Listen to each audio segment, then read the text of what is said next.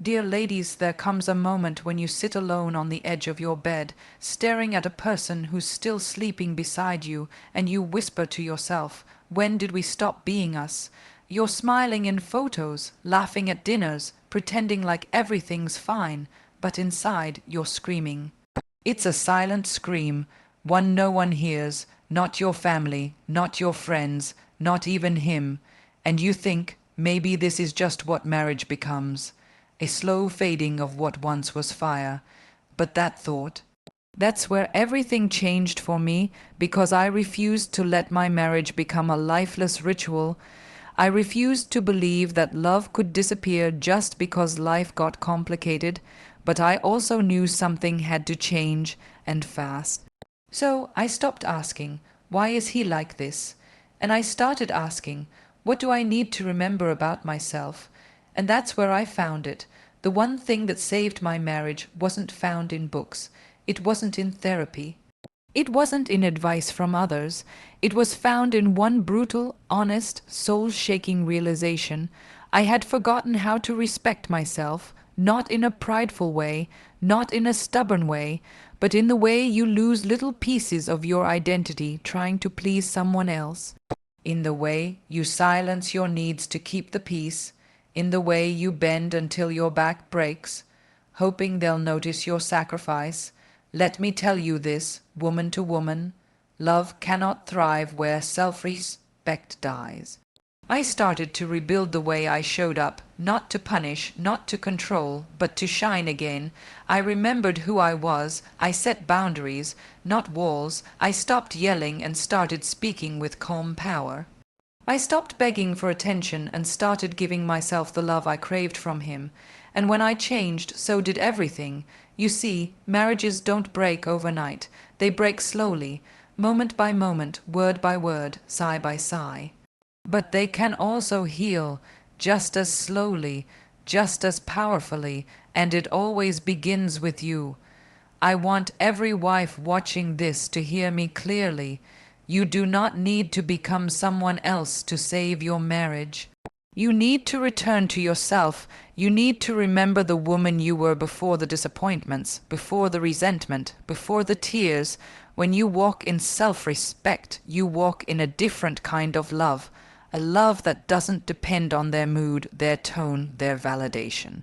You love from fullness, not from fear, and trust me, that energy, it's magnetic, it's powerful, it's healing. He noticed the shift. Slowly he leaned in. The tone changed. The distance began to close.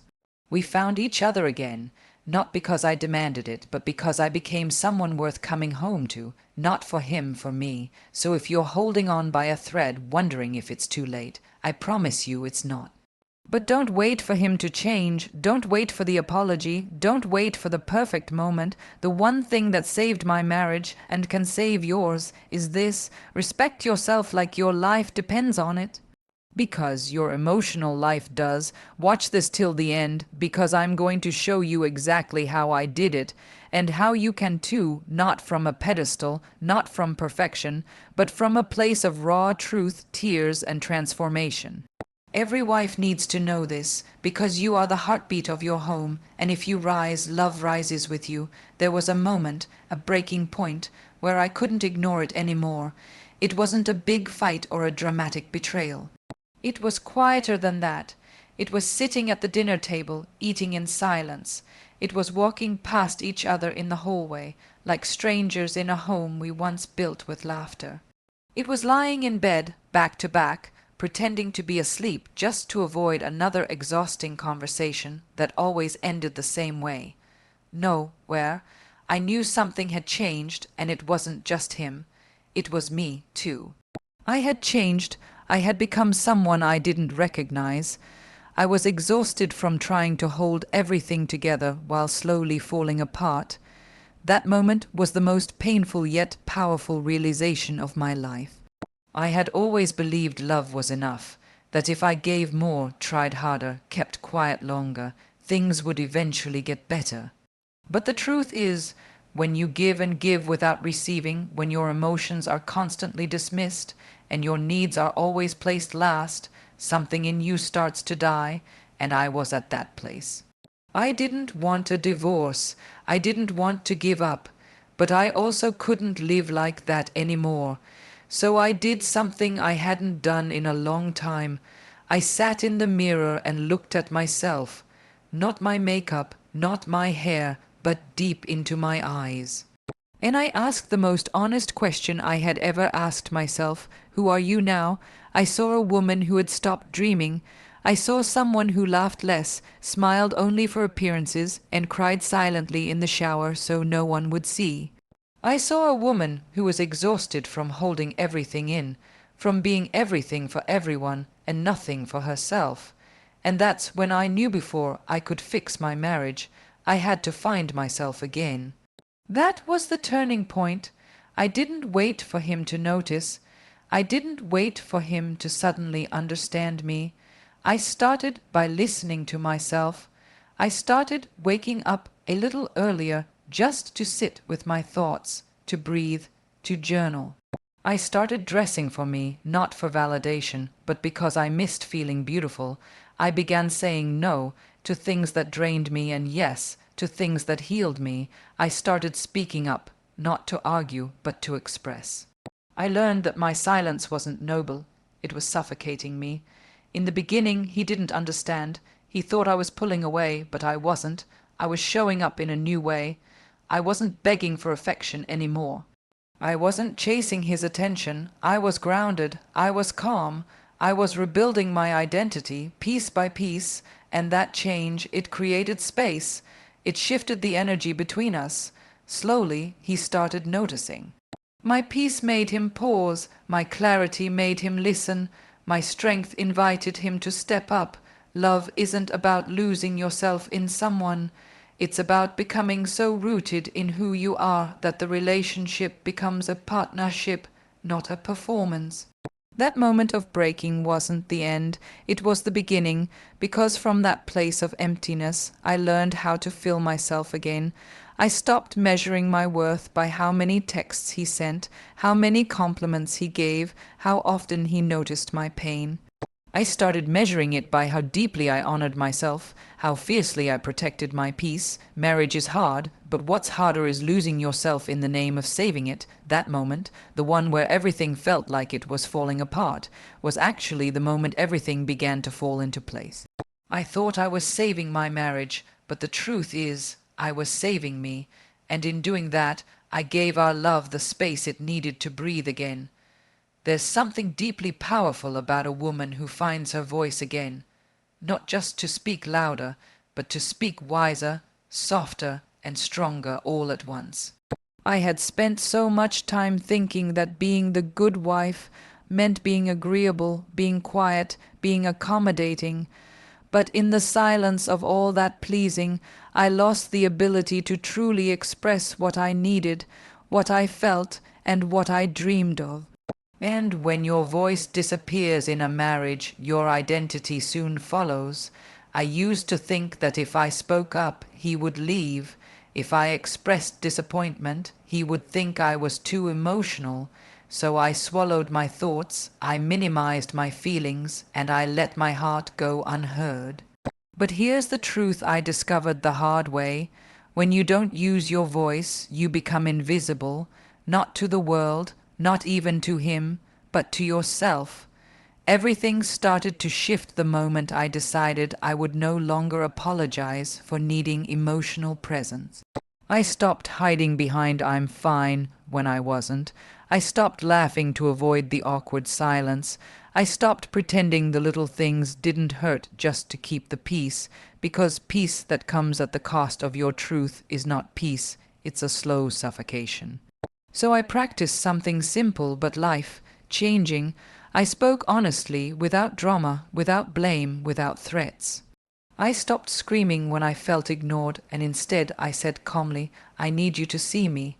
Not just the version of me that makes everything work, but the woman inside who wants to be understood. At first it was hard.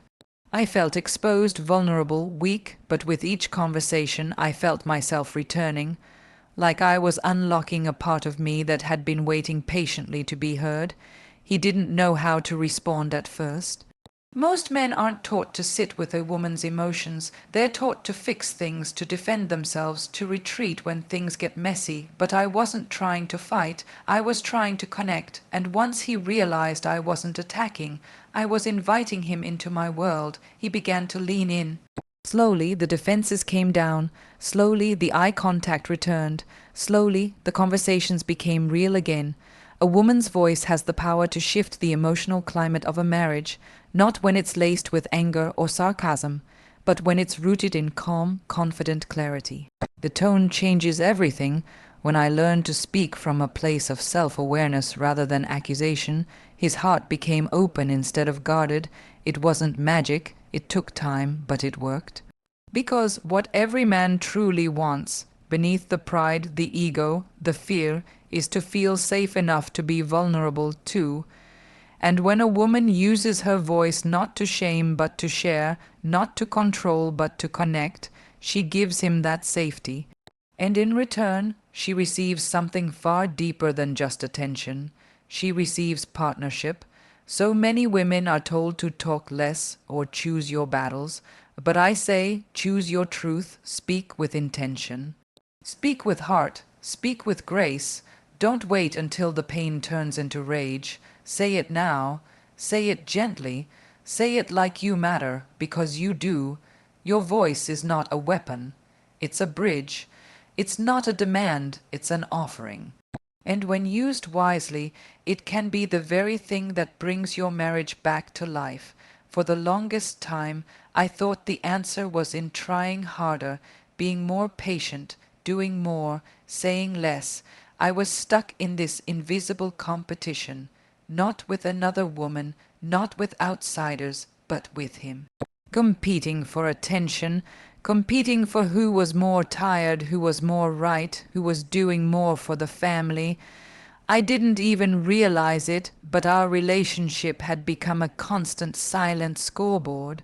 Every time I felt unseen, I mentally added 1 point to my column. Every time he forgot something important, I counted another, and slowly love became a game, but no one was winning. It hit me one day during a small, meaningless argument about something as simple as what to eat for dinner. He rolled his eyes. I sighed too loudly. We went back and forth, not about food, but about who listens more, who cares more, who sacrifices more. I caught myself mid-sentence, exhausted not just by the argument, but by the energy it took to keep proving my worth in the relationship. That's when it hit me like a wave. We were no longer connecting. We were just competing. That's a dangerous place for any marriage to land in. When everything becomes a comparison, you stop seeing each other's hearts. You only see each other's flaws. When love turns into a scoreboard, every mistake feels like betrayal. Every forgotten detail feels personal. And suddenly, you're not two partners on the same side. You're opponents trying to outlast each other. So I made a conscious decision. I stopped playing. I stopped trying to win. I stopped needing to be the one who does more, gives more, feels more. I started choosing connection over competition, and that choice changed everything. It began with softening, not as a weakness, but as a strength. I stopped jumping in to defend myself in every argument. I started listening more, not just to his words, but to what was behind them. I replaced the eye roll with eye contact. I chose a gentle tone when I wanted to scream, and not because I wanted to be passive, but because I wanted peace more than pride. And something incredible happened. The moment I stopped fighting to be right, the walls started to fall. He wasn't perfect, neither was I. But in the absence of competition, we started seeing each other again, not as rivals in a never-ending struggle for emotional validation, but as partners with the same fear, the fear of being misunderstood, unloved, and alone in our own home. The truth is, marriage isn't about keeping score, it's about keeping heart. It's about remembering why you chose each other in the first place and making that memory more powerful than the ego that wants to win. Sometimes, the strongest thing you can do isn't to prove your point, it's to pause, breathe, and ask, what matters more right now, being right or being close? I stopped measuring who contributed more emotionally or physically. I started appreciating the little things again, the way he'd bring my favorite snack from the store without being asked, the way he tried even if he failed, the way he sat in silence sometimes, not because he didn't care, but because he didn't know what to say. I started noticing his humanity again, and that opened the door to deeper connection. There's something beautiful that happens when two people stop performing and start understanding, when they stop comparing their pain and start holding each other's, when they stop keeping score and start keeping faith. And it all begins when one person decides that connection is more important than control. That was my decision, and it saved us. No one tells you in the beginning that some of the deepest wounds in marriage won't come from fights, betrayals, or even distance. They'll come from what's left unsaid, from the expectations you never voiced, the needs you assumed were obvious, the dreams you buried because he should just know. I was doing it without even realizing, expecting him to read my mind, to know what was wrong by the look on my face, to figure out I was hurting without ever hearing the words. But silence, when left unchecked, becomes a heavy language. And that silence nearly destroyed everything. I thought I was being humble. I thought I was being mature. I told myself if I have to say it, it won't feel real. But the truth was I was afraid to be disappointed. Afraid he wouldn't care, afraid I'd ask for something and still not receive it. So instead, I kept it in. I gave him love the way I wanted to be loved, hoping he would notice. I cooked his favorite meals, planned the perfect weekends, smiled through my tired eyes, waiting for the day he would look at me and say, "I see you, I understand you." But that day never came because I never gave him a map. I expected him to navigate a maze with no signs. Unspoken expectations are like quiet storms. They don't start with thunder, but they erode everything slowly. The frustration builds, the distance widens. The resentment simmers beneath the surface, and before you know it, one tiny comment, one late reply, one missed hug feels like a personal attack. Because it's not about that moment. It's about every unmet need you never dared to speak aloud. It took everything in me to break the pattern. I had to retrain myself, to ask for what I needed, not hint, not hope, but actually say the words. It felt uncomfortable at first, vulnerable, even childish. I need more affection. I want to feel chosen. I miss the way we used to talk without distractions. These weren't accusations. They weren't demands. They were truths, my truths. And the moment I started saying them with calm, gentle honesty, something changed. He didn't magically transform overnight, but something opened in him too. He listened. He didn't always get it right, but he tried. And in those moments, I realized how much unnecessary pain we had both endured simply because we didn't communicate clearly. How many nights we went to bed cold when all it would have taken was one honest sentence to bring us back. How many fights started from a place of assumption when a simple "what's on your mind" could have shifted everything. The scariest thing for many women is the fear of seeming needy. But let me say this as clearly as I can. Needing love, attention, reassurance, or understanding doesn't make you needy. It makes you human. And when you deny those needs, you don't become stronger. You become lonelier. A relationship can only survive in truth, and that truth must be spoken, not screamed in anger or whispered in frustration, but expressed in love. Because love isn't a guessing game, it's not a test, it's not a puzzle to be solved, it's a dialogue, and the couples who last, they're not the ones who avoid problems, they're the ones who face them together by choosing honesty over assumptions, clarity over confusion. I let go of the fear of being misunderstood, I embraced the risk of being fully known, and in doing so, I created space for him to meet me, not in the place of my silent suffering, but in the open ground of mutual understanding. That was the difference. That was the healing. There comes a moment in every marriage when your pride will beg you to stand your ground, to shut down, to stay silent and wait for the other person to make the first move. I know that moment well. I lived in it. I let it stretch for days that turned into weeks. I told myself, if he cared, he'd come to me. I replayed every word, every tone, every cold silence, waiting for him to realize how he hurt me. But inside I was aching, and still I refused to be the one to bend first. That stubbornness almost cost me everything. We often confuse ego with strength. We think holding out longer makes us tougher. But the truth is, sometimes the strongest thing you can do is choose peace over pride, and that's what I had to learn the hard way. I realized that in trying to win, I was losing the very thing I claimed to be fighting for: intimacy, connection, love. It was like standing in a burning house, refusing to call for help because I didn't start the fire. So I asked myself, what's more important, being right or being close? I started to see how much of my communication was rooted in control. I wanted him to respond in the exact way I needed. I wanted him to feel what I felt, but real love doesn't force, it invites.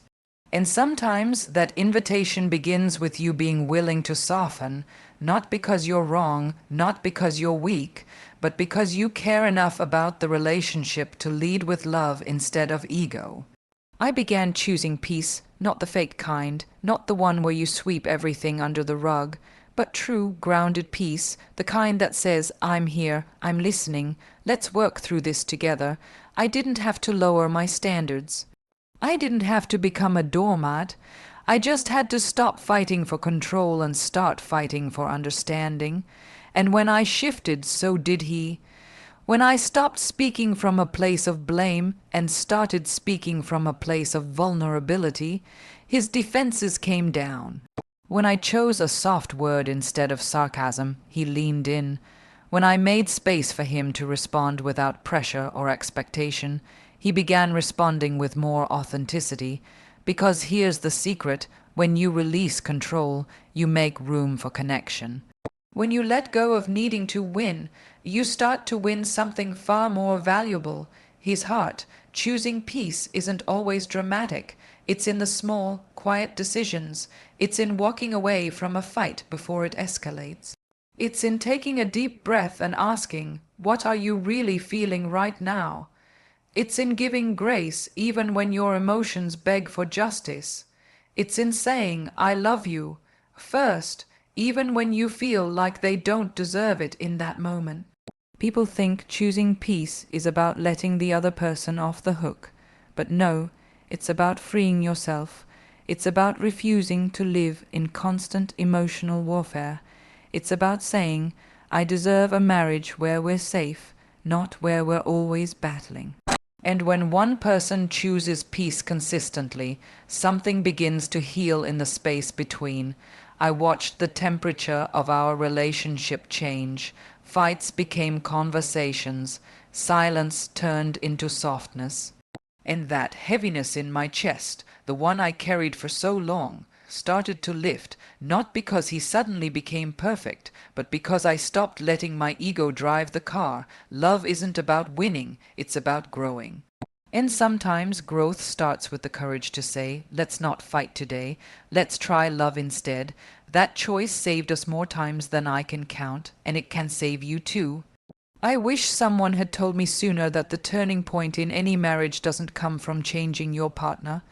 It comes from choosing yourself, not in a selfish way, not in a cold, independent, I don't need anyone kind of way, but in a radical, unshakable, deeply rooted way where you finally say, I matter too. Because the one thing that truly saved my marriage wasn't therapy, wasn't compromise, wasn't some perfect date night or magic phrase. It was radical self-respect. The kind that awakens you from the sleep of emotional neglect. The kind that reminds you you're not just a wife. You're a woman, a human being, a soul, a force. I had spent so much time shaping myself around what made him comfortable.